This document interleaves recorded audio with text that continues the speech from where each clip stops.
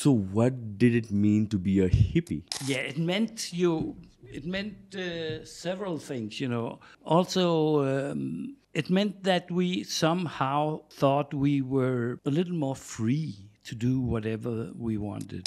Not to mention that in Nepal there was still by then free hashish. But I remember I woke up in the middle of the night in our hotel in Kabul. There was I could hear shooting from everywhere and even grenades exploding and jet fighters flying all over the country. And the only thing I remember was that there were weapon factories all over the place. What factories? Weapon? Yeah, guns. Oh, you know? okay. Yeah. There was this big signs, something and weapons. So many. In Lucknow? In Lucknow, yeah. Okay.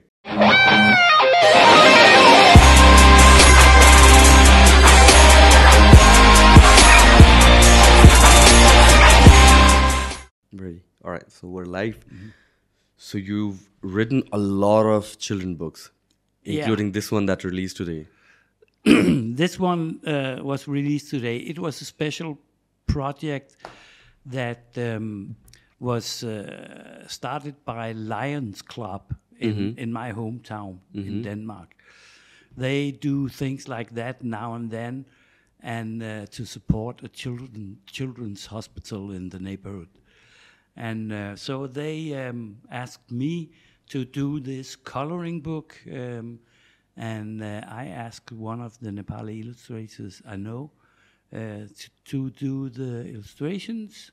And Anuradha, she did the editing, and then we printed it in Denmark first. Okay. And then when Katalaya saw it, they asked if they could make a Nepali edition. It's okay. So you've written quite a lot of books, especially, for children, right? Yeah, but in in the past 10 years, I've also written books for adults, novels, Okay. So, Okay. but altogether, I think I've published around 35 books or something like that. Wow. And even before this, there's one that released yesterday. Yeah, and the one released yesterday was a story that I made specially for Kopila Kitab. It's a crazy story for children about a riding hen. Yeah, it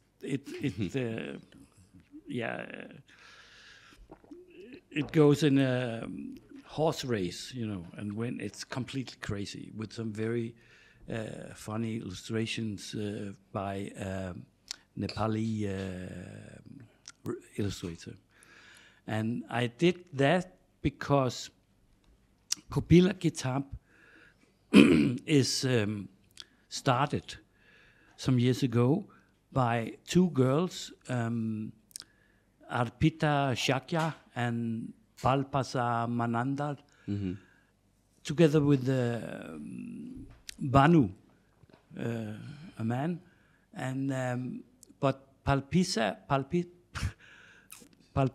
and Arpita, they were two of the participants back in 2006, 8, I think. I don't quite remember. But participants as in one of the projects we did as a development project for Nepali children's literature. And that was they were supported by Danish government money, and one of the projects we did was taking a bus with illustrators, authors, and musicians and actors and whatever, and going all around in Nepal and making storytelling and funny illustrations and dramas and you name it, for about 10 days everywhere, far away. And Arpita and Palpasa, then they were teenagers, maybe 17 years old. And, now they are adult women. And then, you know, this was when they first were really, you know, engaged in these things, you know, and so I'm rather proud that what they did, you know, making this publishing house, and apparently it goes very well for them. So Yeah. So for them, I also made this workshop where we released the book we had done. Okay. So, but you've been here. You come here quite often, right, in Nepal? Yeah, the last years not so often anymore. But I think the last 20 years I've been here maybe 10, 15 times. Wow. And the first time you were here was in the 70s. That was in 73. That's the conversation I'm really excited and looking forward to having with you. Yeah. Because we've heard all these stories. We see a couple of footages of what Nepal was like, especially, you know, with in the 70s, the fashion, the culture, the marijuana thing. And, you know, it was quite popular back then, the whole hippie culture thing. Right? It was a real hippie culture. We used to call, you know, the route from Europe to Nepal, it was called the Hippie Trail. Oh, yeah, the famous hippie trail. Mm-hmm. And, you know, I was only doing one way. That was from Kathmandu and back to Europe, because I flew all the way to Delhi to meet my friends who had done the whole trail. You know? You didn't go through the whole trail? Yes, but only on when we went home. Okay. Yeah. Okay, so that was just one time. Did you go through the trail one time, or like did you visit here quite often? No, I never did it again. Okay. So okay. A lot of year passed, and I didn't return until 2002. There were because my niece was working for a Danish NGO down in Taulihaver. She lived there for 2 years with her husband. Yeah. What was the 70s like? What was your experience? You said that that was the first time you ever left Denmark. Yeah. You were 19 years old. I was 19 years old. What was it like? What made you come all the way to Nepal? Because my friends, they were writing me, you know, of all their very, very exciting experiences. And I was having a very good job as a substitute teacher and was making good money. What were you teaching? Everything. Okay. If it was in the basic school, so when you do that, you can teach more or less everything. The most important thing was that there was a teacher there to take care that the students didn't make any crazy things, you know. So I was good at that. So you've had this. You know, love for children and creating books or educating them since you were very young. Yeah, more or less, yes. And I also had this love for telling stories. I did that since I could speak, I think. Okay. So I remember my teacher in first grade. He threw me out of the classroom because I was talking all the time, you know. Because you were telling stories? I was telling stories. I thought everything I said was very, very important. Much more important than what the teacher... Than the curriculum. Yeah. So she threw me out. I went home to my mom and said she's stupid, and my mom had to drag me back into school. So how does a teacher land up in Kathmandu following the hippie trail? I was not a teacher yet. I educated to a teacher later when I came back. But, you know, by then, young people at our age, we could be either hippies or more straight ones. We had long hair. As you can see on the picture, there's also... Which one is you? None of them. None of them? This is two of them. There is a black and white photo somewhere. Okay, what's happening here? Yeah. That's from Turkey. And My three friends, they all had lice. Okay. So they were three. It was that bad. Yeah. You know, we didn't have a lot of money. We were living at the cheapest places we could find, you know, in Freak Street here. Okay. Oh, that's a Finnish guy, big guy. We joined his boss in Kabul, in Afghanistan, and went all the way with him to Germany. Okay. So what did it mean to be a hippie? Yeah, it meant several things, you know. Also, it meant that we somehow thought we were a little more free to do whatever we wanted. All of us, we had finished our high school, you know, and we waited to start the university and things like that. And we thought that we were a lot inspired by Indian philosophy and Indian philosophy. yeah, Hinduism, and we thought that was very exciting, and there was a lot of books about it, you know, and meditation and all that kind of thing, you know. It was in the same period, you know, as the Beatles. They started their eastwards music, you know, and that was everything was. We were very much interested in that. So, and not to mention that in Nepal there was still by then free hashish. Oh yeah. Yeah. Oh yeah. And there were here. You see? No, can you go back? No, that's my friends. This is me. Okay. Yeah. I was about 25 kilo younger.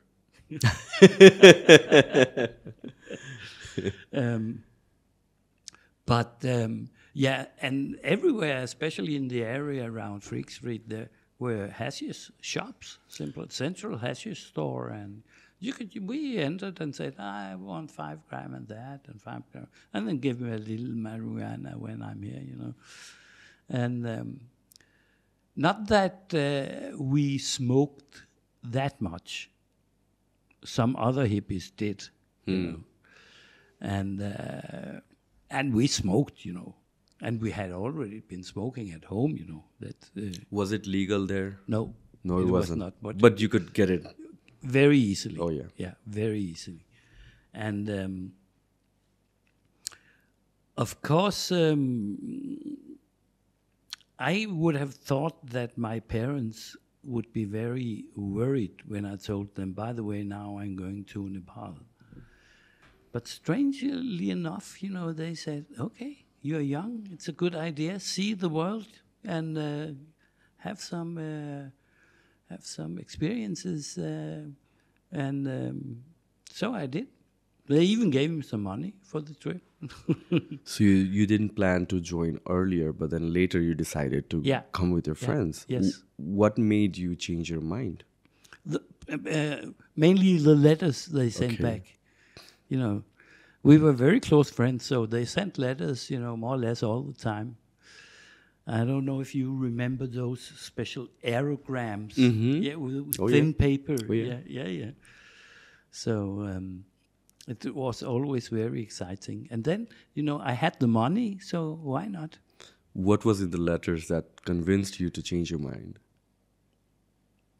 I think mainly the experiences of meeting other people and talking with other people. You know, they made friends here and there. They stayed a long time in Lahore, Pakistan. Had some good friends there, and they encouraged me to come. They said, "Come here, man." Because that was a time when like internet didn't exist at all, right? And then you wouldn't know what kind of people or what's the culture or what's society like on the other end of the world. And I mean, like, so what was your perception of people from Asia or around this zone before you were here? Was there any perception or anything like that? Let me think. of course, we had TV. I don't think we had color TV yet, but I think the main knowledge was that it was very much different, and of course that was also a main reason to travel.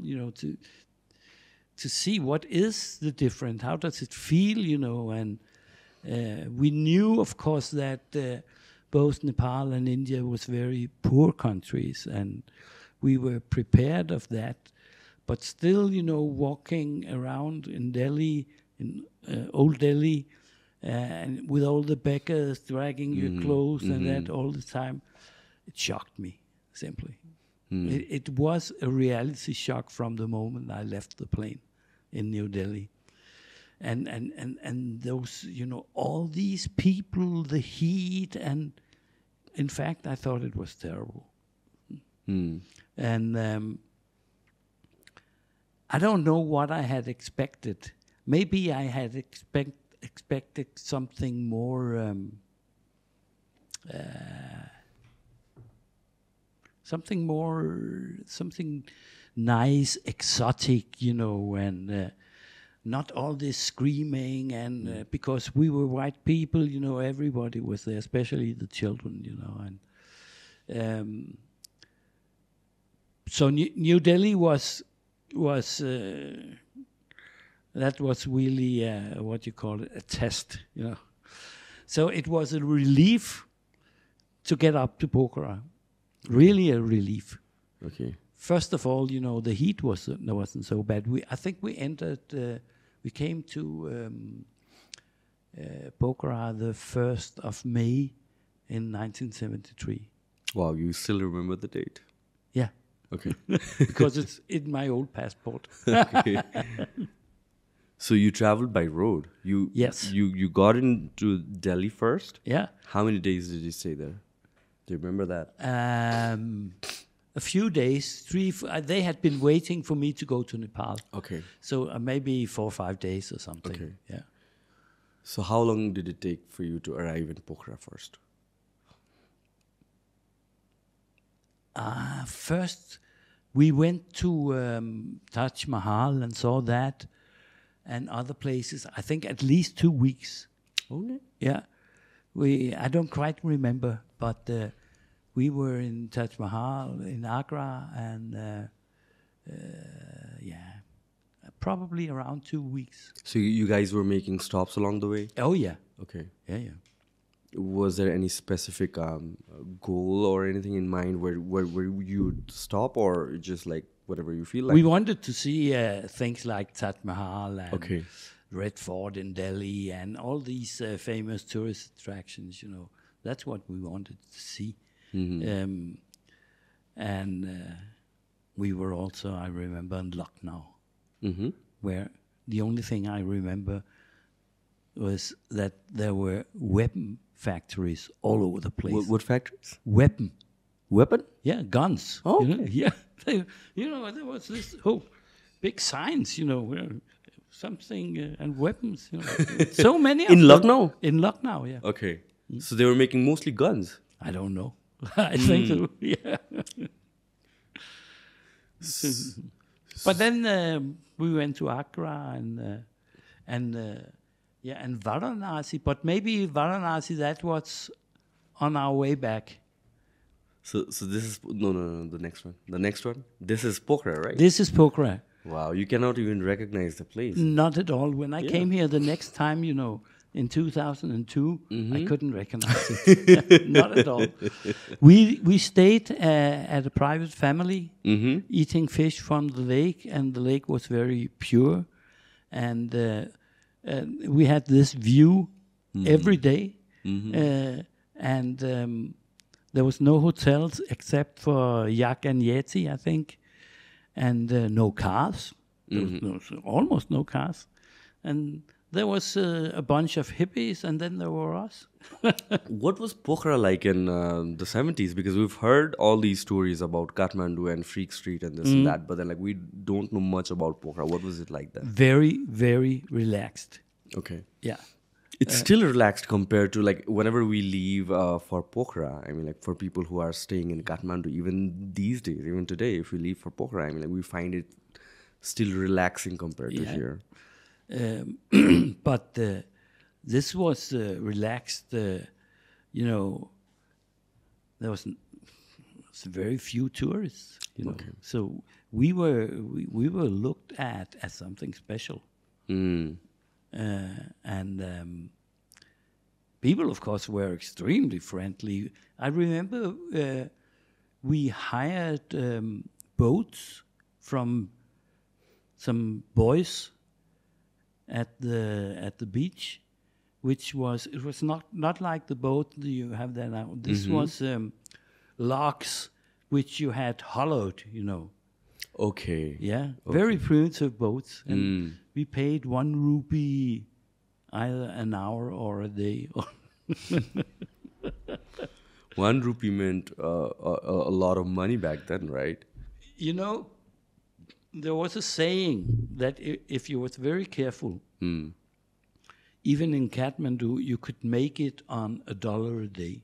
$1 a day. $1 a day. We used a little more, so, but I'm sure that some did. Yeah, so you mean including food and the place to stay and everything as such? Yeah. Right. Wow. So Pokhara was pretty much nothing back then. I mean, like you just stayed at a private property, and then there's literally nothing else. No. No roads. There was a road from Pokhara to Kathmandu. Okay, There was also there was a road in Pokhara, but very few. What about people? How many were there? Many people? No, I have no idea, because you know there was no hotels, only very few restaurants, and no, there was not that many people there. How long did you stay in Pokhara before? I think we stayed there about 2 weeks or so. Okay, that's a quite Yeah, a while, because there was nothing to do. We just relaxed, and especially for me, who still was more or less in shock. You know, it was soothing to be there. It was nice, and I really enjoyed it. And from then on, I started really enjoying the journey. You know. So basically, Pokhara didn't have much tourists either, right? So it was very quiet. Those tourists who were there were hippies. Okay, and then you moved to Kathmandu, and then you start seeing tourists after that. Yeah, there were tourists, but still, most of them were hippies. Oh yeah. You know, there was no Tamil. There was Freak Street, and that was it. That was the most happening place. That was the most. Yeah, we stayed. You know, Maruhiti. Oh yeah. Yeah, we stayed in a small hotel called Camp Hotel in Maruhiti, and there, just opposite, there was a shop, Central Hashish Store. I had a picture of it, but I don't know what happened. That was that is the room at Maruhiti at Camp Hotel. Okay. And I've been there since. The hotel is not there anymore. But I met a guy who lives there now, and he remembered the hotel and the old man who was sitting there, the manager on a shelf, you know, and it was a very serious old man who took care of the hotel. I remember him also. So what was life in Kathmandu like back in the day? First of all, it was not hectic. You know, there was no traffic. There was no cars.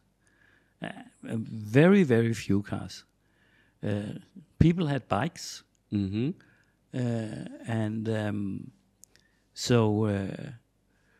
most of the time, you know, we stayed in the center, you know, around Durban Square,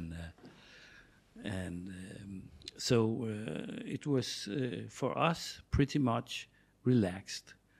Then I remember we used to go to the end of Maruhiti, you know, it ends by the river. Yeah. And there was a row of coffee shops, you know, and but Marty was clean. It was completely clean. People were going there and washing their clothes, you know, and then we went to the coffee shops, and usually we had curd and cakes. Enjoy. That was nice. Then we went to all the different restaurants, and you know, most of the time our company was other hippies. There was not so many Nepalis we were talking with then. Because what was it like with the locals? I mean, like, were they shy, or were they getting used to more tourists coming in? They were used to the hippies, definitely, and they were very friendly. So no problems at all. And there were shops, you know, all kinds of shops for printings and Buddha statues and all that things, you know. And I bought a lot to take home, you know. What was the scene with marijuana and stuff like that? People were smoking. I think the picture we saw from the hotel room. Is a friend rolling something? Yeah, exactly. Yeah, there. Yeah. Yeah. I could tell. Exactly. Yeah. And you know, look at the luggage. Yeah. And we had, you know, chillums, of course, and try to zoom out again. Take a look at the luggage. You know, we weren't backpackers, you know. Okay. Very old-fashioned. And but then, not very long time after I came home, I totally stopped smoking anything. Why is that so? I could feel that it was not good for me. In what sense? For my brain, you know. Okay, yeah. Yeah. Oh, yeah, definitely. I got some very unpleasant experiences, and then I stopped completely. I haven't smoked since then. But this was not the first time you were smoking, right? No. We had It's smoked. I smoked since I was 15 or something like that. Okay. Yeah, it makes sense because there are a lot of research coming up, like as you are younger, especially in your early 20s, 21, 22, your brain is developing, and then like if you're smoking a lot, it completely stops the development of your brain. As much as there are so many research saying good things, I mean, like, there are some guidelines for who is it for and who is it not for, right? So things like that make sense. Also, maybe it's because you were traveling and you're consuming more than what you're used to earlier? Much more. Oh, yeah. Yeah. What do you mean when you say much more? At home, I didn't smoke every day. Here, in a period, we did. Every day or all day long? Not all day long, but yeah, but every day. Maybe in the afternoon, in the evening. I never smoked in the morning, at least. Okay. Yeah. Yeah, it doesn't make sense to me either. Like when people, you know, wake up and they light up a joint. No, me neither. Yeah. So, and some of my friends, you know, who were hippies by then, they continued, and you know, they're the same age as me, and now and then they smoke. They still smoke. Yeah. They're pretty good with their brain and stuff like that. Yeah. Okay. So what was, other than the marijuana, because every single time we talk about 70s, it's mostly about how, you know, Joche was a center for marijuana and hashish and stuff like that. So other than that, what was it like being in Nepal? We wanted to see the nature, you know, and we even got a trekking permit. Okay. Because we wanted to go trekking, but I think we maybe we didn't have the needed initiative to do that. We didn't really know what to do, and to hire a guide or something. We went up to Nakakot. Okay. We walked up there, and there is a picture of Nakakot somewhere by then. There. Yeah. Also, there's 3. Go one more back and one more. Yeah. This is the place we lived at Nakakot. Okay. There was no hotels. And you can go one this way. Yeah. And this is a view. And all this is Nakakot. This is covered with hotels now. Oh, yeah. Yeah. And in the morning, we got up and waited for the sunrise to see the mountains. And I don't know if my friend there is smoking ordinary cigarette or what. So their lifestyle was pretty much waking up every single day and then getting a smoke. Yeah, I was smoking cigarette also. Okay. Normal cigarette. Not the marijuana. No. You remember there was a cigarette brand called Gator? I have Rhino. no idea. I have no idea. There was? Yeah. With the rhino on the packet. How long did you stay in Nepal for? About 1 month. Yeah, we stayed in Kathmandu most of the time. Yeah. You mean like 1 month in Kathmandu or in counting Pokhara as well? I think 1 month in Kathmandu. Yeah. I don't quite remember. But then we left, by bus because we had sold the Volkswagen minibus. Oh, yeah. And is this the bus that you live? No. This is the bus owned by the Finnish guy we met in Afghanistan. Okay. Yeah. Is this a picture of Afghanistan? Yes. Okay. There are several pictures from Afghanistan, and the interesting thing is that when we were in Afghanistan, there was a queue. The king, the King Shah. Okay. He was removed by the military. That was the start of all the troubles in Afghanistan. Okay. It's been like that ever since. Ever since, Then the new general, which I think was his cousin or something like that. He stayed in power for a couple of years and was then turned over by the guy who was supported by the Soviet Union, and from then on, Oh yeah. But and we experienced the queue in Kabul, and this is also Afghanistan. No, this is not Afghanistan. No, this is Kathmandu, in fact. Yeah, that's Kathmandu. But I remember I woke up in the middle of the night in our hotel in Kabul. There was I could hear shooting from everywhere, and even grenades exploding, and jet fighters flying all over the country. And I thought, wow, that's probably a military exercise of a kind. I went to sleep again. So you didn't have any idea getting into Afghanistan what was happening there? No. Okay. But in the morning we found out, because everybody was on the street, and we could see that they were very, very excited. And so it was obvious that something had happened. The queue was only one night, and it was over, and the king was gone. I think he was in Italy or something by that time. But then we went down on the street and tried to find someone who both had shoes and a wristwatch, because they used to speak a little English if they both had wristwatch and shoe. Okay. So, and we asked, what's going on? And it's, Afghanistan's republic, king is finished. So the people were very happy about that? I don't know. Okay.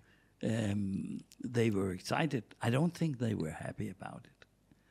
And then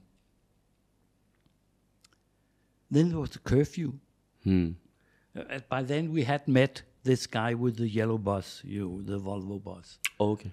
This guy. This guy, yeah. This guy. Tapani. And we had arranged with him that we would join him to Germany. But we couldn't leave because there was curfew, and there was curfew for a week. Okay. And then we left and drove through the desert to Herat and Kandahar and all these places, and it was rather exciting. We wasn't in danger at any time, but the people out there we met, that's a good one. That's from Pradhan, yeah? Mm-hmm. Yep. I remember I bought a Tibetan belt from that woman. And she was so smiling, and she was selling coats. You see, she has a lot of coats. Yeah. And I said, no, I don't need a coat. It was 30 degrees, So, but then I saw she had this very interesting belt, from brass. I want to buy that. And she was laughing. She thought that was the most funny thing she had heard. So in the end, I bought it from her. Why was that funny? I don't know, but she was laughing. Okay. I don't know why. Maybe it was not for sale? No, it was a part of her clothing. So back to the story about Kabul. I mean, didn't you ever feel threatened for your security or safety? Yes, in the beginning, and also because there was no internet, of course, and it was rather hard to get news about what was going on. Right, and then people didn't speak English either. No. Okay. And if they did, they didn't know anything. So, but there were some who had shortwave radio where they were able to catch BBC News. And from there, we heard all kind of rumors that some of the tribes they wouldn't accept the new ruler, and they were preparing counterattack. And we imagined those getting caught in the crossfire. Yeah, or just seeing those warriors coming riding into town with sabers. So, but after a week or so, nothing had happened, and because this was in the news also in Europe, so my family, they were pretty worried, and it took a while before we could get any news out from there. And then we left Kabul and drove through I think it took us 3 or 4 days to get to Herat and Kandahar through the desert. And what I remember very, very clearly was, and it has in fact nothing to do with the queue, but we had to stop at somewhere in the middle of the desert to get the petrol and things like that. And those people who were there, they appeared to me so strange and different, and the way they were looking at me was out of this world, and I was sure that even if I would be able to speak their language, I wouldn't be able to communicate with them. What do you mean by that? They were in another world than me. We didn't see the same reality. If we spoke the same language, we might have been able to exchange words, but the words would mean something completely different for them than for me. And that was really amazing to have that feeling, because that was a feeling that I never had in Nepal, nor in Pakistan, that these people, they could have been from another planet. What do you mean when you say that even after exchanging words, you wouldn't be able to communicate?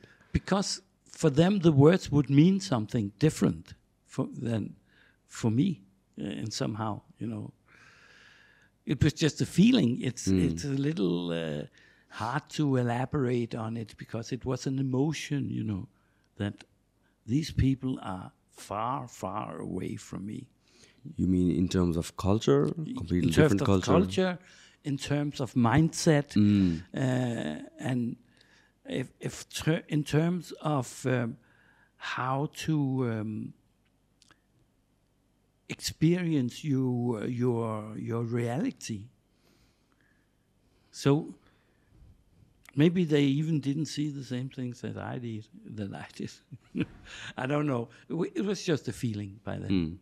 No, but it makes sense as well, because like right now, because of the internet and media and everything, we kind of understand what things mean, or Yes. the culture or the society. It's kind of like the world has, in a way, blended, right? So a lot of things are more relatable. But back then, I mean, like, you wouldn't even have TV, access to TV. Countries like ours, we wouldn't have TV, right? As far as I remember, I saw one TV set somewhere in Afghanistan with some black and white news. I don't quite remember. But no, you're absolutely right. And still remember, I was 19 and I had not much experience of the world. I was like... So for you, the entire trip was like completely different. You were seeing something different for the first time. Yes. And still, I'm convinced that trip was one of the most important things that I ever did in my whole life. Because it changed my world, my way of experiencing the world, my way of thinking of other cultures and things like that. So it was very, very important for me. No, I completely understand in that sense, because all of us, we live in a bubble. I mean, apart from the internet, if the internet wasn't there, I mean, we all have our own culture, our society, our people, our place, and things we do. And across cultures, there are certain things that's acceptable in one culture and completely not accepted, or a bad thing to do, or a thing not to do in a different culture. So the people, when people from different cultures come together, I mean, it's kind of like, who's right, who is wrong, or what the other person thinks and how you see things. Those are completely different. And it makes problems, which it shouldn't do. I mean, if everybody in Denmark had been in Nepal or in Afghanistan when they were 19 years old, our view on refugees would, and the way we treat them would be completely different. I'm sure.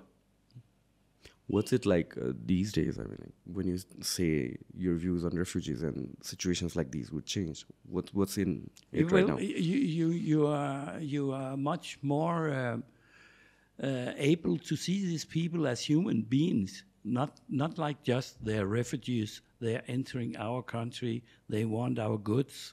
They want our welfare, and it's very expensive. All that shit, if you start to look at them as human beings, you're not able to have these prejudices and thoughts, because you know that they are as much human as you are, in the same way as if you haven't been traveling very much, you tend to think that the way we live in our culture, it's the only right way to live.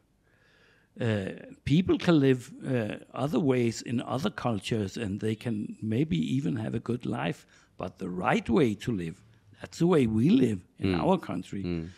But when you have been abroad, then you realize that we are the strange ones. The majority of people in the world are much, much, much different, much more different from us than we ever have an idea of. So that's what the trip did for you. It made you understand. And all the other trips I did think. I've been traveling a lot. Yeah. Also, my wife and I, back in '95, we had 2 children by then. One was 4 and one was 6. And there was this, we had a lot of unemployment in Denmark by then. So the government made a rule that people who had a job, they could take leave if they had a small child. I think it had to be younger than 9, to spend the time with their children, and they would be paid the same as the unemployed got as support, you know. But then an unemployed should have our jobs for a year. Okay. And my wife and I, we grabbed the opportunity, and we rented out our house, and then we left and traveled all around the world for 10 months with our 2 children, which was the second fantastic experience of my life, and not to mention how it was for our children who were that young, you know. My son, who was the youngest, he doesn't exactly remember things some very funny details he remember. My daughter remembers some things, but you know, for the whole family, it was, sometimes we say this was the year 0 for our family. Where did you guys travel for the 10 months? First of all, we went to Bali. Okay. And we stayed there in Indonesia, we stayed for about 6 months. And from there, we went to Mexico, and we traveled around in Mexico and Central America, Dominican Republic, and places like that for about 4 months, and then we came home. And yeah, we just made a stopover in U.S. So you've been traveling for quite a long time. I mean, what does that do to you? Because you see all these people across a different timeline, right? Pretty much different timeline. Because when you were here in Nepal in the 70s, it's completely different than when you are here right now.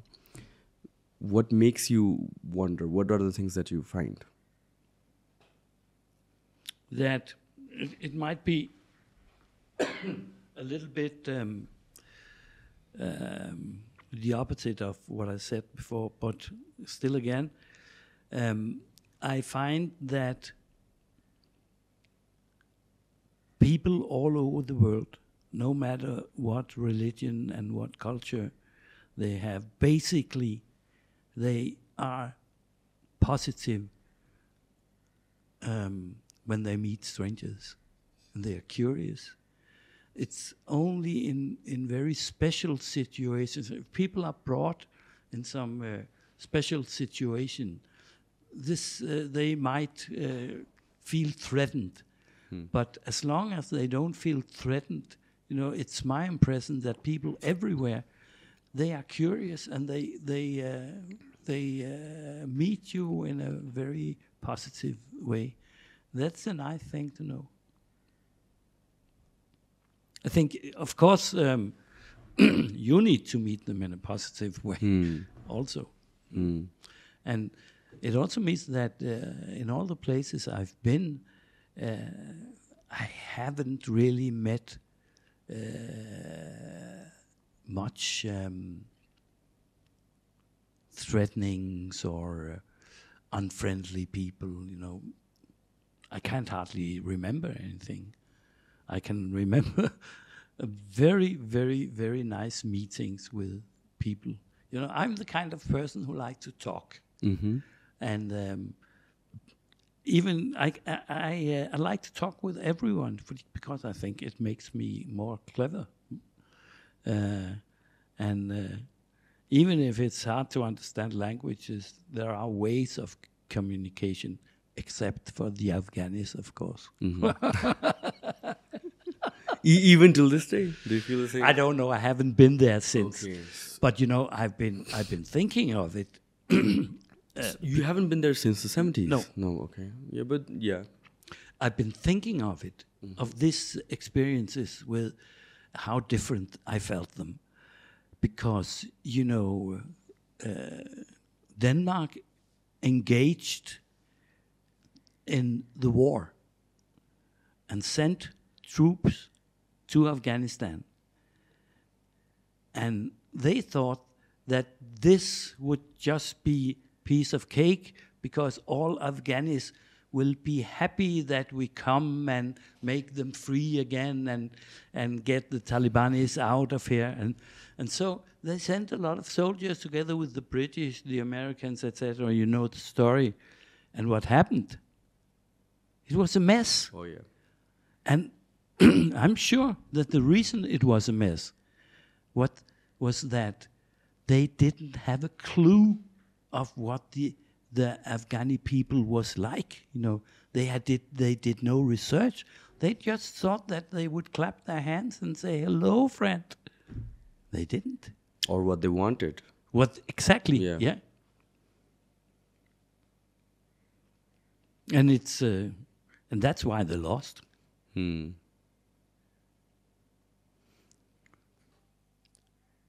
You've been a part of some crazy world events, right? Through your lifetime. I mean, what's your take on what's happening right now? We see a war unfolding. Unstable Two situation. wars, in fact, Oh, yeah. at least. You have the one in Israel, and you have the Ukrainian war. And in fact, I've been both places. Because I'm from a Jewish family. We are not very religious, never was really, and my wife is not Jewish, but still I have a lot of family there. And when I was younger, I went to Israel and had a very nice time with my family and friends, and so I still have very good contacts there. And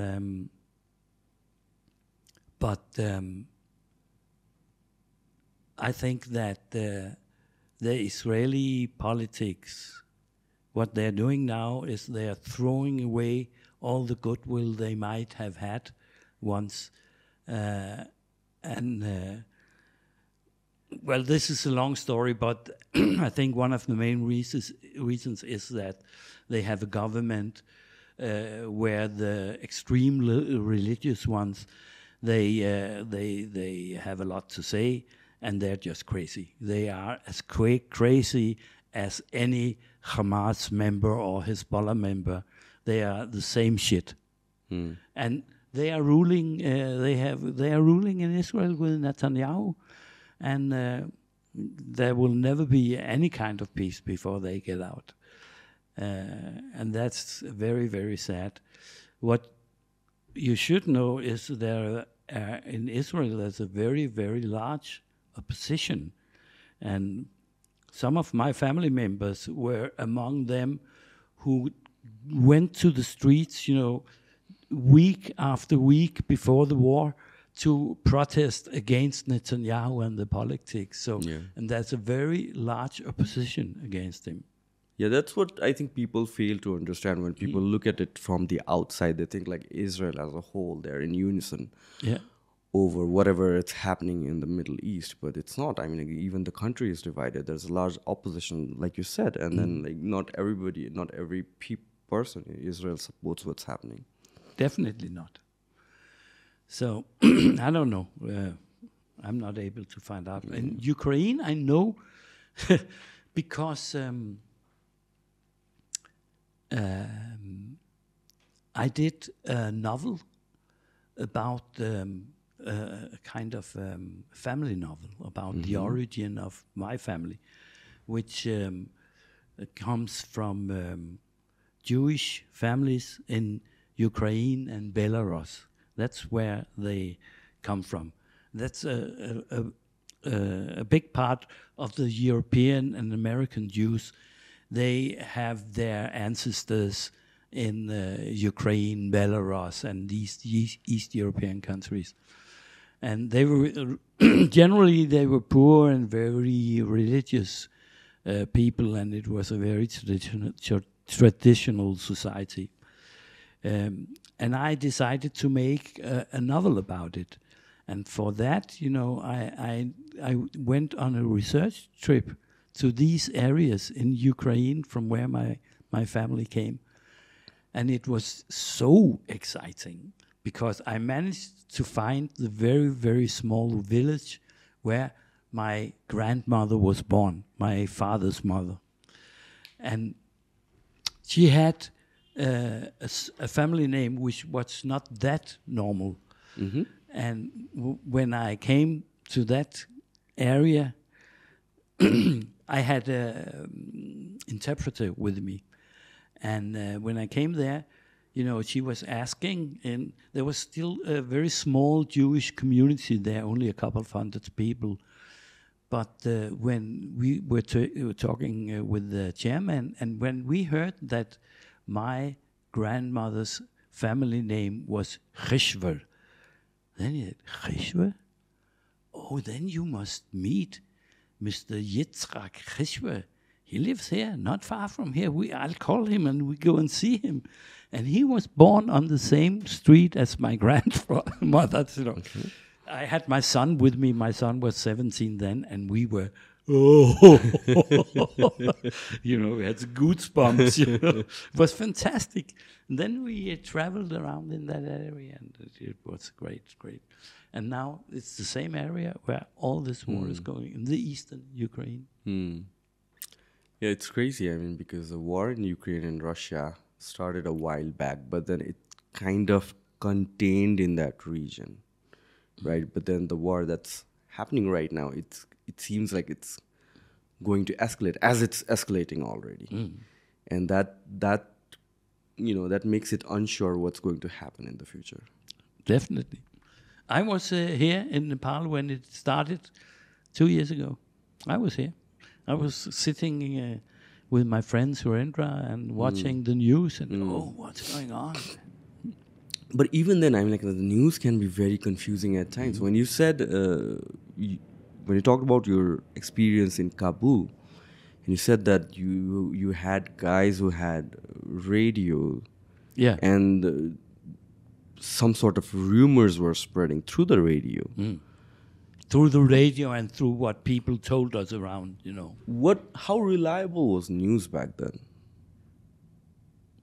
Because you wouldn't have any idea, or you couldn't fact check it, right? No. The news we got in Kabul by then, they were definitely not reliable.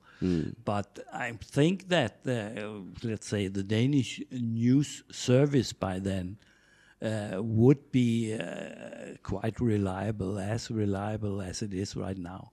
Because I think that the journalist was very careful not to bring on something that they couldn't verify. So, and there was, we didn't have so many sources of news then. We had radio and TV and all, they were both, state, national radio and TV. There were no private radio or TV station by then. So that was the main, and they were it was very important, also for the government that they were reliable. Yeah, you can say the same about it these days. I mean, there are so many news sources that compete with each other, and then thereafter the clicks and the sensationalization of the news. And you wouldn't be able to verify it if you just looked at one source. I mean, you'll have to, every single news that I get, I'll have to verify it from multiple sources. And people have their own narratives and agendas that they want to push forward as well. I mean, and it kind of gets messy with that, and that divides people on the internet, because that's what we see on the internet. People are radically divided. Yeah. And also, you see all these strange conspiration theories, and people are believing it, and basically that's why a guy like Trump, he has a chance for being the president. So, yeah. But back then, 73 here, there also was, all kind of rumors among the hippies that... Oh, yeah. Yeah. Even I would assume that even the state would have their own interest in selling propaganda back then, if they wanted to, wouldn't it? In Nepal? No. I mean, like anywhere else, everywhere. In Denmark? In the West or something like that. What do you think? We didn't feel that we were presented with propaganda. Of course, we had the political parties, and when there was going to be elections, there was a lot of propaganda. But the news were the news sources. They were generally what do you say in English? Reliable. Reliable, and they were not. They were independent. Okay. Yeah. And that was very possible. Also because, we have these different parties. And the board of the news, still now, of the national news, the board of the Danish broadcasting company, it's the different political parties have their members to ensure that the whole wave, the whole spectrum of political is maintained in the news. And I think it works pretty well. I think it was the same by then.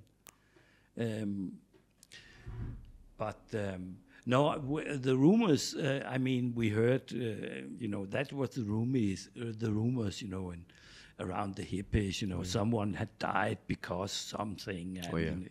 And, While they were trying to criminalize marijuana and stuff like that. Yeah, obviously there was some crimes, but I never saw it. Yeah. What was it like when they started criminalizing marijuana and stuff like that? When we had left. Oh, yeah. Yeah, we bragged when we came home that they criminalized it because of us. But before then, it was still illegal in Denmark, right? Yes. It's never been legal? No. Okay. Definitely. And in Iran, they had a death penalty. For marijuana? Yeah, for hashish. Hashish. Yeah. And they were rather, if some of us get caught, get caught, maybe they wouldn't execute us because we were foreigners, but 30 years in prison in Iran, it's not very funny. For foreigners as well? I think so, yeah. And it falls in the hippie trail, right? Iran falls in the hippie trail. So how would you travel with hashish or stuff like that? We didn't. We didn't. You didn't. No. We absolutely. But I'm pretty sure there were people who would take that risk. Sure, there were people who were smuggling. It was. We met. At the border between Afghanistan and Iran. They had this kind of room with a window, and there were sitting 3 young hippies from the West. Okay. And they were caught? They were caught. Okay. And they claimed they had some hashish, and the 2 of them they were in bad troubles because they couldn't deny it. The third said that he was a hitchhiker they had picked up on the road. Was he really a hitchhiker or just trying to get by? He said it to us also. We were allowed to speak to them, and they Okay. were scared. They were really, really scared. Yeah, you wouldn't want to be in a foreign land for 30 years. No. That's half of your life. What do you think about? So you've had your fair share of experience with marijuana. I think hashish, so, yeah. And then you quit. Recently, there's been debate even in Nepal: should we legalize it or not? What's your take on that? Thailand legalized it. There are certain countries that legalized it, right? But then it's still an ongoing debate because there are pros to it, there are cons to it. What's your take on that? Well, we have the same debate in Denmark, and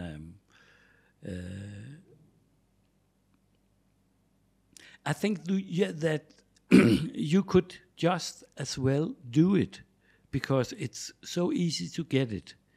But to get it now involves a lot of crime, a lot of gang crime that we probably could get rid of. And I don't think that the use would incline. If Or maybe for a brief period of maybe time. for a brief because people period, would want to yeah. try it if it's But then again, and also you would be able to control it, the Oh, yeah. stuff, Yeah. much better. True. So I think at least for a period you should try to legalize it and see what happens then. I think the big problem now that's the hard drugs, and which of course shouldn't be legalized, but. But I mean, like, even with hard drugs, that's the same debate people go after.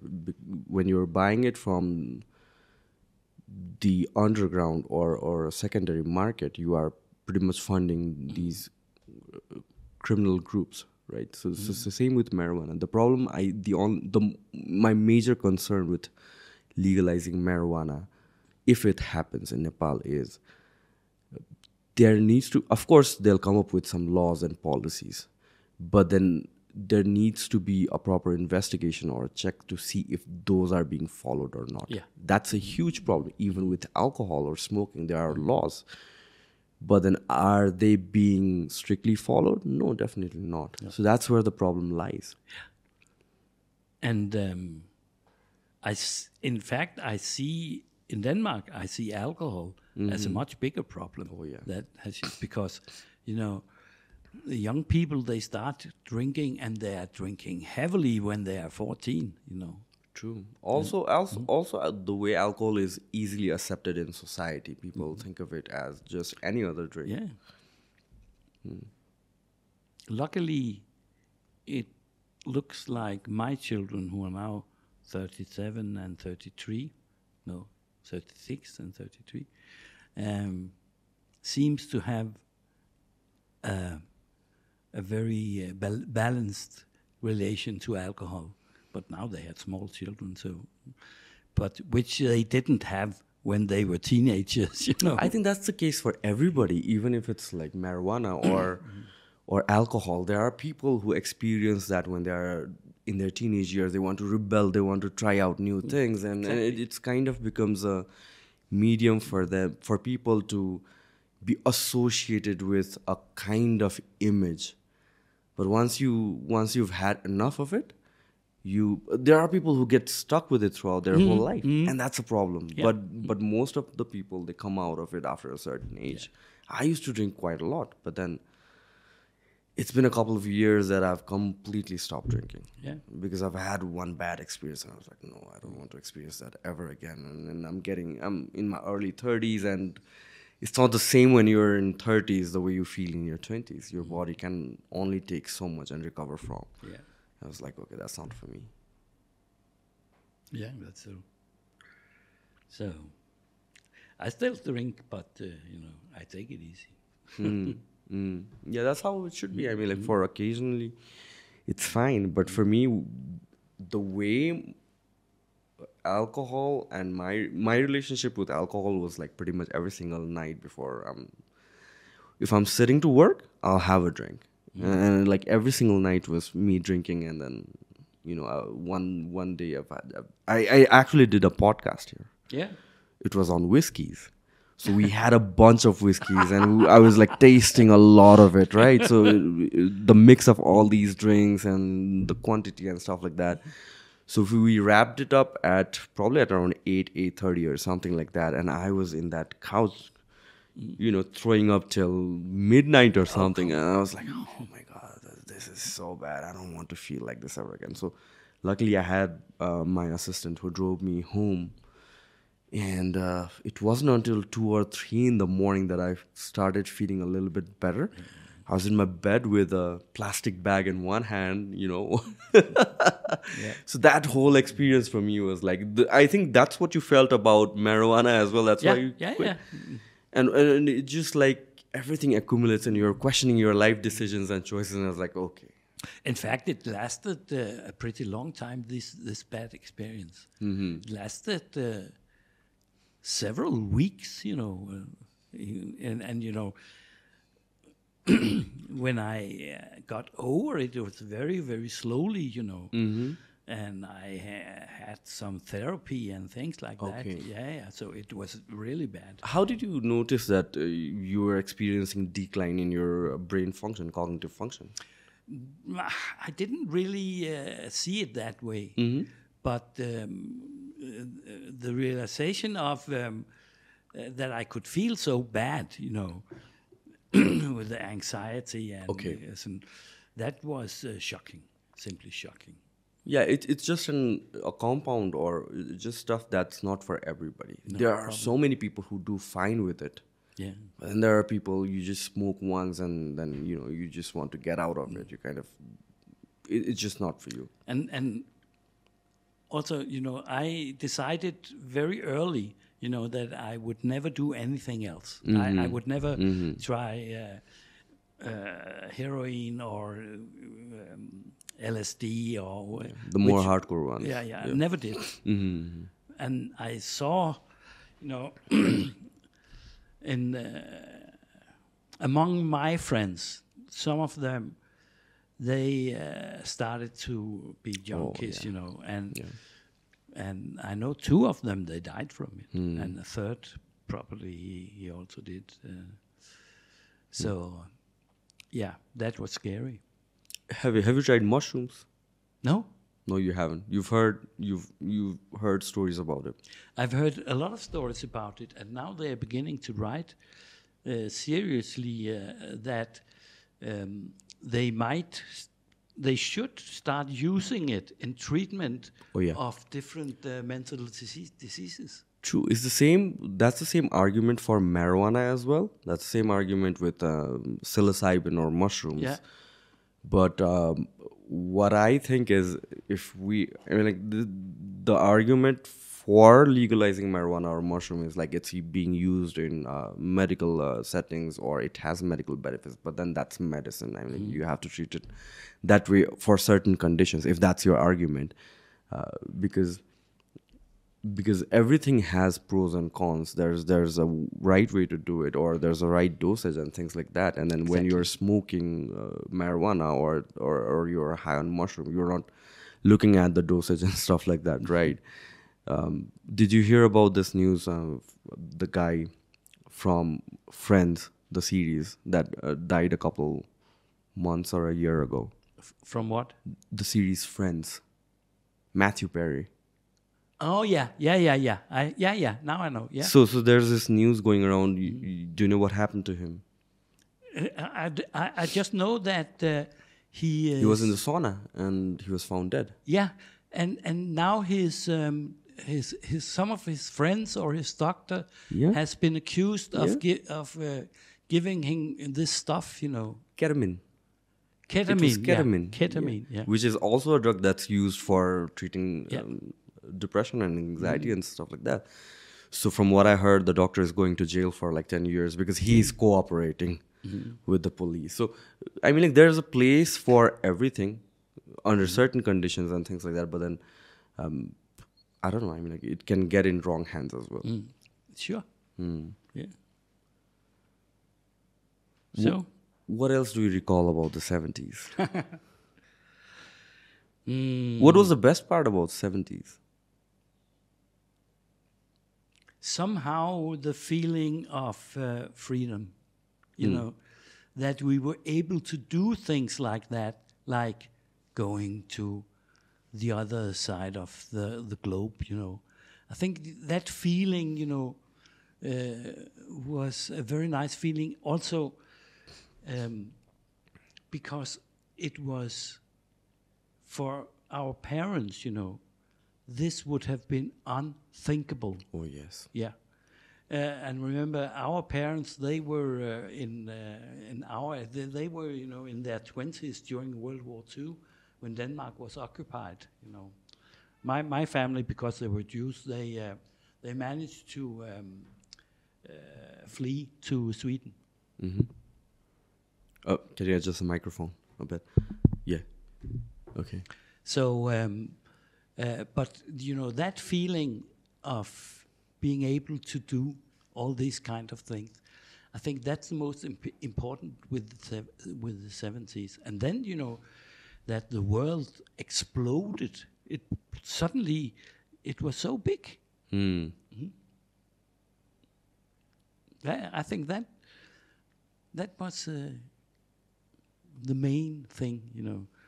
And then there was bad experiences. There were some very good experiences.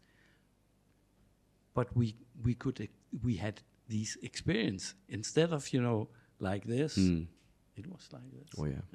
Oh, yeah. And then it makes you appreciate life even more. It surely does. Yeah. So you said that your parents fled during the World War? What was that like?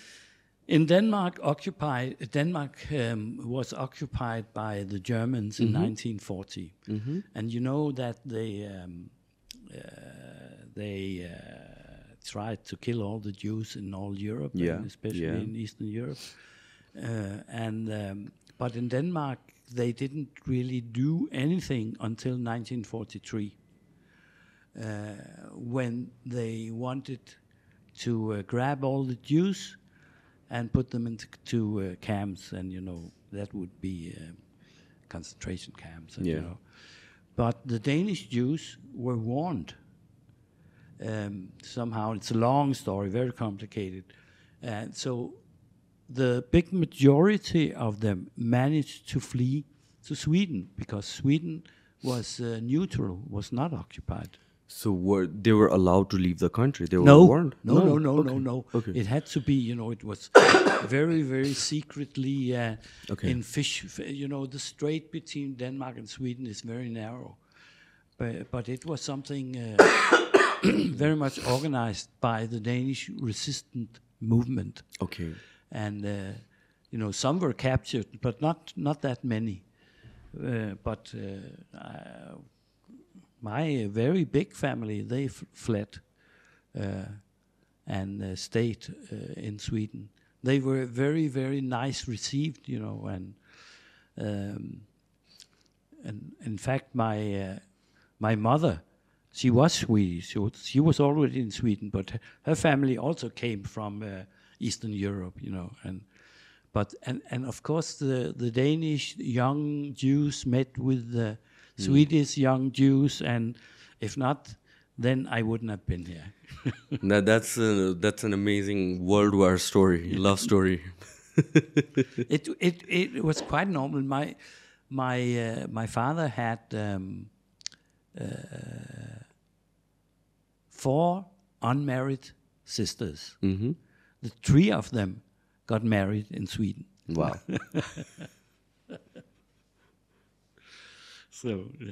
So half of my family is Swedish, of course. Okay. Okay. So when you say that Germany occupied Denmark in 1940 and they didn't do anything till 43. Yeah. What was it was because there was a policy in the Danish government to try to cooperate with the Germans to a certain level. But they managed to do it until 43, then Okay. they couldn't do it anymore. So, So it was 43 that when your family decided to go to Sweden, or before that? no, my parents, my family, my father and all his siblings, they were old, 8 all, Okay. and his my grandfather and my grandmother, all of them fled in different ways. By the way, some went with one ship and some went with another. Okay. So In it wasn't all at once. No. What okay. in very few days, they had to be hidden in different houses because they couldn't stay in their home because the Germans Yeah. were looking for them. It's a very dramatic story, and a lot of books has been done about it. But that's one of the few light stories of the World War II.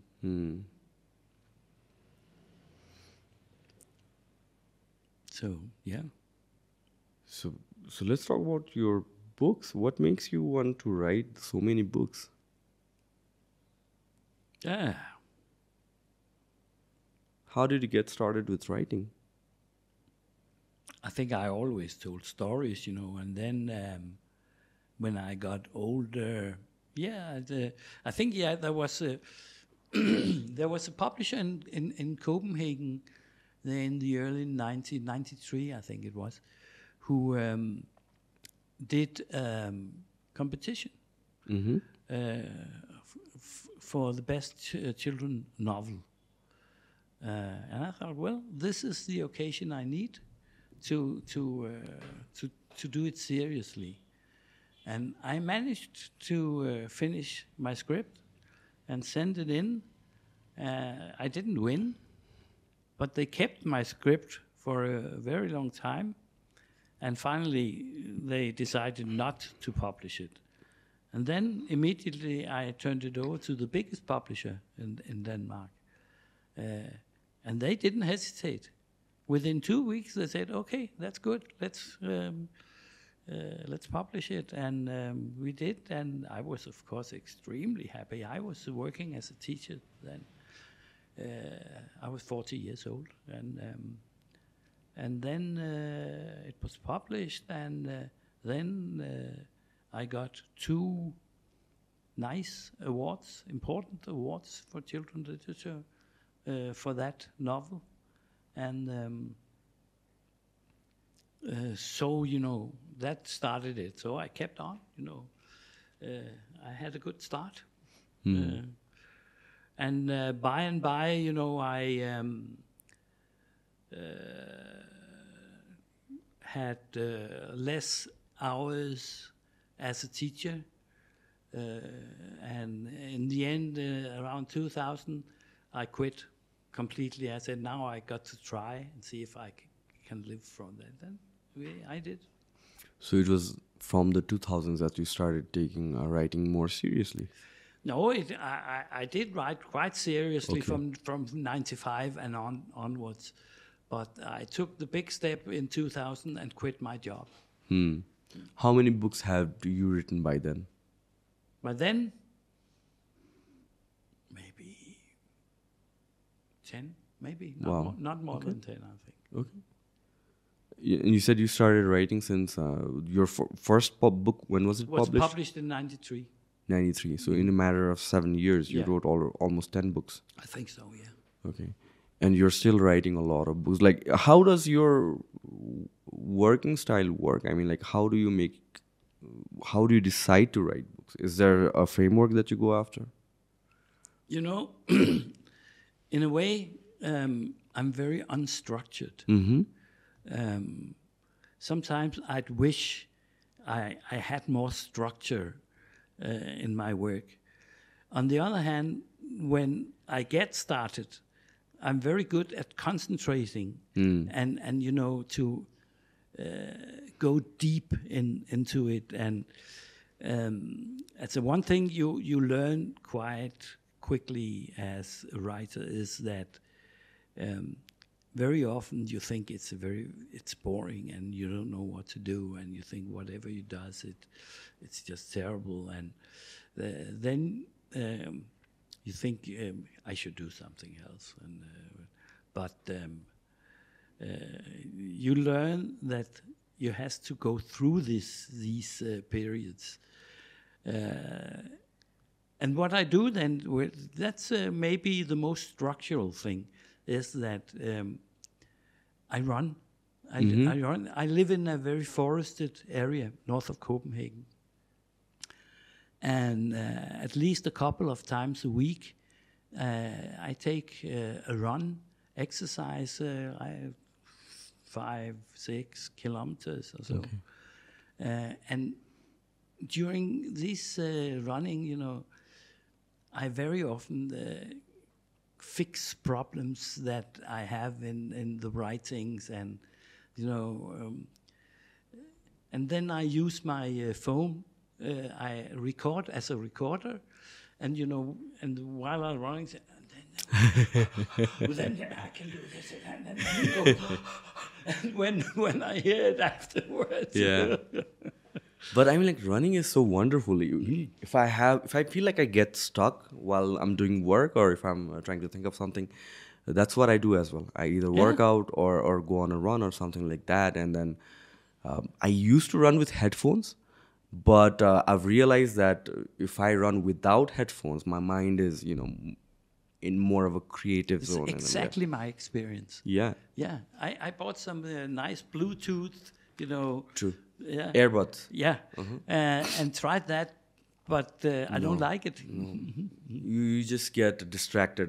That's what I feel most of the times because that is my zone. If I'm working out or if I'm running, I mean, as much as I kind of want to listen to music or this and that, it's usually when I don't listen to anything, that's when my brain starts working. Or right after a run, that's when I'm more creative or think. But where do you run then? Because you run in the streets of Kathmandu? I stay far away from the central city. Yeah. So it has quite a not so populated, not so densely populated environment. Plus, I also have a treadmill at home, so I run there sometimes. But I love it when I'm running out in the open. Yeah, that's much better.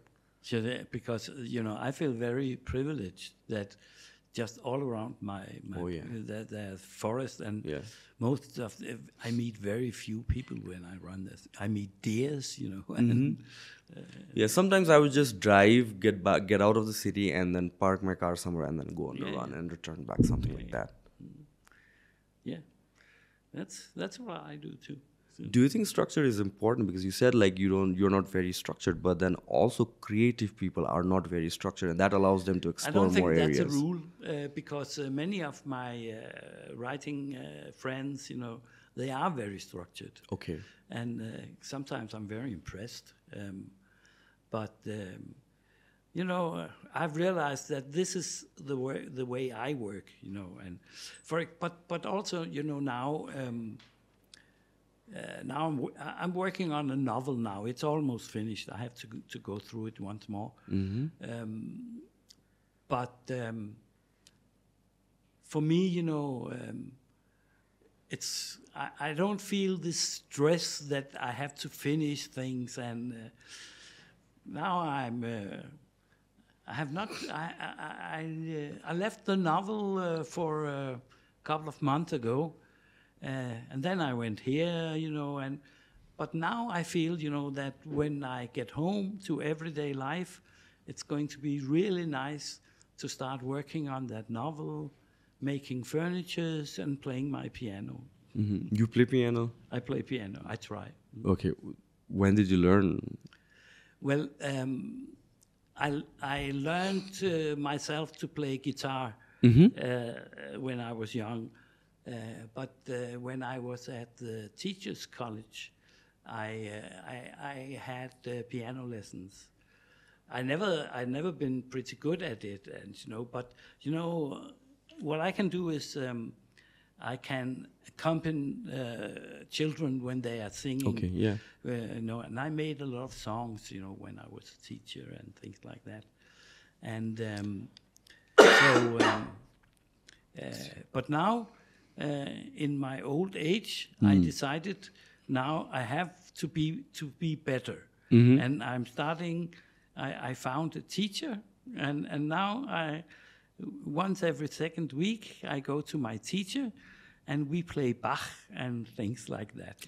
What makes you want to learn piano at this age? Because I love Bach music. What is that? Johann Sebastian Bach, the very, very famous composer who lived from, when was it? 1685 to 1750. Baroque. He's very famous in the West, one of the biggest ever. And his music, especially his piano music, is fantastic. And I really like to play that. What about the novel that you're writing currently? What is it about? It's hard to explain, but it's about a man who somehow... in Denmark, we have the expression that he is born with a golden spoon in his mouth. Means that, the luck is with him, and he's a nice character, and people like him, and but then he tries to, how can you say, grab the moon or something like that, and things starts to get wrong. Okay. From him, but there's a lot of strange things happens, for him, and in the end, you don't really know if he's happy or not. When you're writing these novels and stories for children, is it usually free-flowing, or do you want to send across a message that you wrap the story around? I never, ever have a message that, and that's when I started to work with children's literature here in Nepal 20 years ago. All children's books here were, things like you have to be nice to your parents, you have to do your homework, and that was the essence of the books, and they were very, very boring. So what we tried to do, it was, forget about the message, try to make a good story. And that is what I do also, I get a idea, it might be a funny idea, it might be an exciting idea or whatever, but that's how it starts. Do you focus on one book at a time, or your usually one book at a time? Okay. But the thing is, that nowadays, I take it. I can feel, that I've achieved, more or less what I want to, and economically, I'm not especially rich, but we can make it, and so I take it easy. Do you feel like you're ever going to slow down? I am already slowing down, but maybe, if suddenly something could happen that make me, I have to do this. I also do a lot of work, or not a lot. I do some work in the Writers Association in Denmark. I've been active there for many years. I've been in the board, and I've all kind of committees and which I like very much, because otherwise, writing can be quite a lonely work. You're sitting by yourself, but when I'm in the association, I meet all my friends, and And you're still traveling around as well, right? Not so much. Not so much. Yeah, well, definitely not. There's also about something you have to consider about climate change and the effect that flying has. Oh yeah. So that's why you try to not travel as much? Less. Okay. Yeah. What about traveling via road? We have a house in Sweden, in the deep forest, and there we go a lot. And there we are. Of course, we go by road, and that's very. We go there very often, and so. And then these long trips. You could go down to southern Europe, to France, or even to Spain. I don't like to drive that long. It tires me out. You don't enjoy driving as much? Yes, but not too far. What would be an ideal distance for you to travel? An ideal what? Distance. In car? Yeah? Not more than 200 kilometers. I can go a lot more, but then it's not funny anymore. Yeah, yeah. No, I'm asking because for me, 200 kilometers is a lot. I'm like, I don't like driving. But that's, I understand, but that's on these roads, Yeah. Rajiv and I, we came from Etauda to Kathmandu, and there's 80 kilometers or so. It took us 4 or 5 hours. Yeah. I will never drive here in Nepal. I never The roads tried. are really bad. Yeah. Especially with the weather and everything that's happening, landslides and this and that. It's not even safe. Because this is a time where people are traveling back to their homes, and then like the roads are not.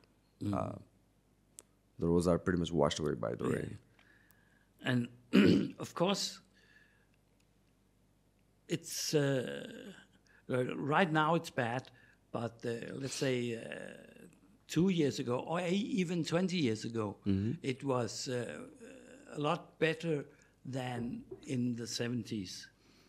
Yeah. The road to Pokhara from Kathmandu, it was terrible in 73. I think it was newly done by the Chinese or something like that. But when I was there in 2002. 2006, then it was pretty nice. In 70s, I mean, like, how long did it take for you to come to Kathmandu for Pokhara? Yeah, how long did it? As far as I remember, we did it in 1 day. Okay. I think so. But then you're driving from morning till evening. Yeah, probably. Yeah. But maybe I'm wrong. I can ask my friend. One of the guys who there, he's still my very close friend. So he has better memory than I have. Let's look at a couple of your pictures and let's go through the memories. Any significant moment that you remember from back then? I remember when I bought her belt. This is when we went up to Nagakat. Yeah. And it's the view over the valley. And you can see there's no city. By then, Kathmandu and Lalitpur and Bhaktapur, there was 3 absolutely separate cities with rice fields in between. Okay. Yeah, that's... we were rather impressed by the erotic figures. Oh, yeah. We thought that was very funny. Yeah, it's a guy I met. This is from Varanasi. Okay. Yeah. This is the Ganga. We stayed there for a while, and on our way back in Varanasi, it was so hot, and we swam in the river and got sick, But it was fantastic, Was it cleaner back then? I don't think so. It's been like that ever since. I don't. Because people we met, they say that when you bath in Ganga, your soul gets so clean. Yeah, maybe, but my body didn't. That's why you gave it a try. Yeah. That's somewhere in Afghanistan, I think, by a river. Yeah, that's when we came to... we passed through Turkey, and this is probably in Greece, where we made a stop and bought a goat from someone, and roasted it. How much would a goat cost back then? I have no idea. No idea. That's arriving in Copenhagen. The mayor's the mayor. What do you call it? It looks like a fort or something. No, it's the mayor's. Okay. Where the city council. Okay. Yeah. Okay. That's Herat in Afghanistan. That's somewhere in the desert. So this is the bus you guys travel back on. Oh, yeah. It's, you see, it's a Finnish flag on the side because he's Finnish, but the bus is Swedish. And we were, I think maybe about 12 people there. Wow. And we had a very nice time. So this is in Turkey, the Mount Ararat, which is a biblical position because that's the place where, Noah's Ark, it's supposed to strand there when the water came down. Okay. Must be Varanasi. That's Nagakot. Okay. It's like that. That's Nagakot. Nagakot. Probably Varanasi. And Varanasi, yeah. You have a lot of pictures from Varanasi, right? What's that? Oh, yeah, that's Germany. When we left the bus. Austria. Yeah. Greece. How long did it take for you to travel back home? 1 month. 1 month? Yeah. Making stops everywhere? Yeah. Okay. Simply. I mean, we stopped, I think we stayed 2 weeks in Istanbul. Okay. Varanasi. Taj Mahal? No. It's Hagia Sophia in Istanbul. That's a little bit funny because there we made, the next, there we met another bus going the other way, which was a French woman who did the same as our friend there, taking up, passengers and driving them all the way to India or whatever. Would they charge a fee or? Yeah. He charged if we were, Okay. but we didn't have any money. So we made a deal with him that when we got back to Copenhagen, because he was coming to Copenhagen sooner or later, so we just said, okay, when you come to Copenhagen, we'll give you the money. And we met there. I think that's Tehran. You go back. That's Iran. Look at these women. Oh yeah. Yeah. They were. Iran was a modern society. Tehran was the Paris of the Middle East. You couldn't imagine that now. And that is the Kathmandu Valley scene when you enter from Pokhara. I don't know what that is. That's from Lahore. That's Nepal. Ganga. Varanasi. That's from the rooftop of Camp Hotel. You see Swayambhunath in the background? Oh yeah. Must be Pradhan. Yeah. Pradhan. You see, there was one car. Oh yeah. Yeah.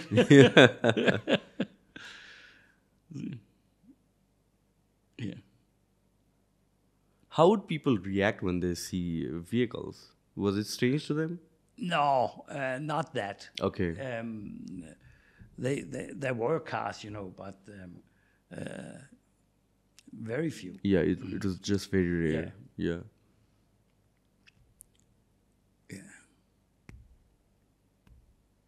That was how it was in the bus, playing guitar and and smoking all the way. Yeah. Until you reach Iran. Kabul. You bet.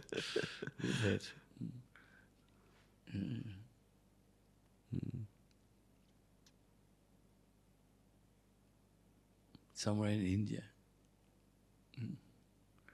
That's the pudding shop in Istanbul. That was simply the meeting hub for all the hippies, There would be a board where people could ask for if they were going I guess, to the east in a car. Then they could say, "I'm going this and this day, Okay, and okay. if you want to join, you can," etc. There's a cafe in Jhoche that's called Snowman. Was it back then? Was it around back then? Where? In Freak Street, a cafe called Snowman Cafe. Yeah, probably. I think I think so. Yeah. It's still around. Do you know that? I don't know. Okay. I think it's one of the oldest cafes. Yeah, so probably the snowman. It reminds me of something. Okay. Yeah.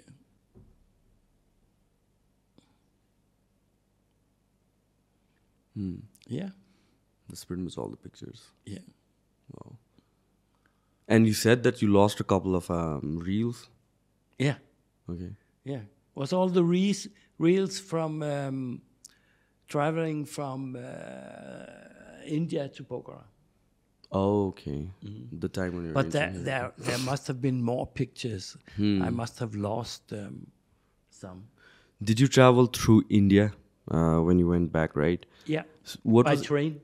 Okay. What was India like? It was like India. Many, many, many people. Mm-hmm.